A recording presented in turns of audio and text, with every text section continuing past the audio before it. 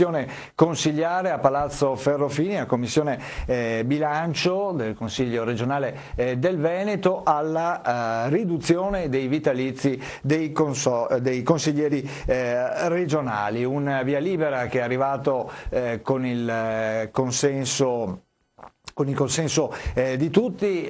Ci sono vari commenti dopo questo voto. Ascoltiamo nell'ordine Clodovaldo Ruffato, presidente del Consiglio regionale, il vicepresidente della Commissione bilancio Costantino Toniolo, poi il capogruppo della Lega Nord Federico Canera, poi ancora il vicepresidente del Consiglio regionale Franco Bonfante, il capogruppo del Partito Democratico Lucio Tiozza e poi il consigliere di Verso Nord Diego Bottacini. Dunque parecchi commenti a questa decisione, appunto ricordiamo, per la riduzione dei vitalizi dei consiglieri regionali del Veneto. Ora ovviamente la cosa andrà in Consiglio, ma ascoltiamo i commenti.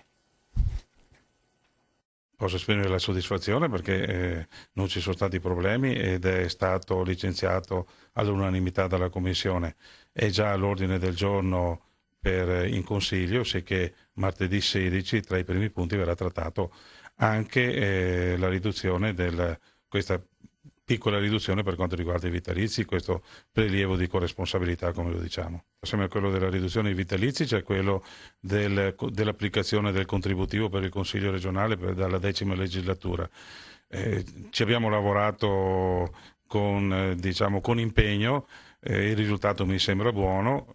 Il risultato della Commissione è altrettanto buono e spero che anche in Consiglio il percorso sia veloce, ma soprattutto venga licenziato senza tanti problemi. Direi commenti molto positivi, con un accordo trasversale complessivo, e quindi i due progetti di legge sono stati approvati entrambi all'unanimità. C'è stata la riunione dei capigruppo, sono stati calendarizzati tra l'altro i primi punti dell'ordine del giorno del Consiglio della prossima settimana e quindi prima di Natale la legge verrà sicuramente approvata. Una decurtazione abbastanza anche cospicua prevista dal Consiglio, anche in ragione d'essere di quella che è la situazione economica attuale, quindi era un provvedimento che nonostante ciò che dica qualcuno credo sia corretto. L'impegno da parte nostra è quello di riuscire ad arrivare in Consiglio regionale ad approvarlo entro il 20 dicembre, in modo che sia immediatamente applicabile già dal 1 gennaio del 2015. Ognuno di noi deve saper rinunciare a qualcosa, noi lo stiamo facendo ed è giusto continuare a fare così. Credo che il segnale su questo fronte sia positivo.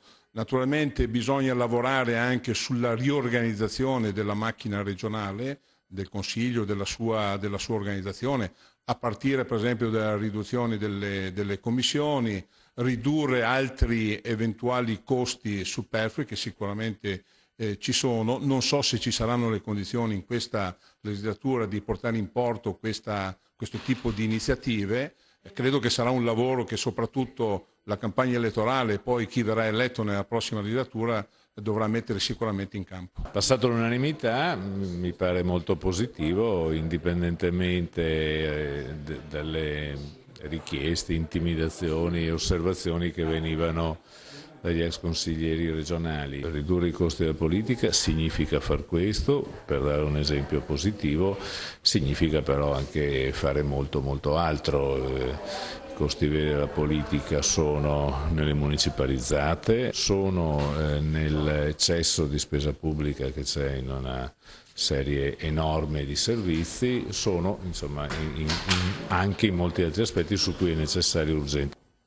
E adesso cambiamo argomento, parliamo delle elezioni per il rinnovo delle assemblee dei consorzi di bonifica del Veneto. È tutto pronto, si vota domenica. Per quanto riguarda la provincia di Padova sono 3